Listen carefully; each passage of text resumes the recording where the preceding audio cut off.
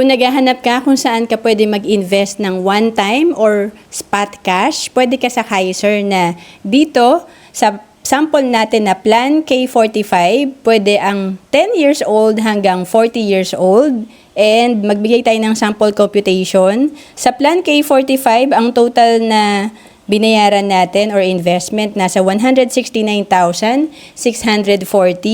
And after 20 years, pag ito ay nag-mature, kung hindi natin nagamit yung ating mga benefits like healthcare and life insurance, itong investment natin ay nagko-compound. Kaya on maturity or after 20 years, ang projected fund mo nasa 591,393. Ang Kaiser ay tinatawag namin na level 1 investing kasi dito tatlo na yung meron ka. Meron ka ditong healthcare, meron kang insurance at investment.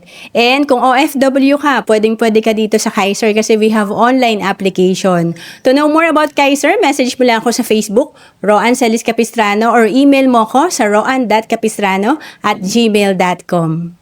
Bawat Pilipino dapat maging handa sa mga oras na hindi natin inaasahan. Gaya ng biglaang pagkakasakit, dapat may pondo tayo na magagamit. Sa oras ng pangangailangan, dapat may magmamalasakit. At sa pagtanda, walang pangamba, dapat may mag-aalaga.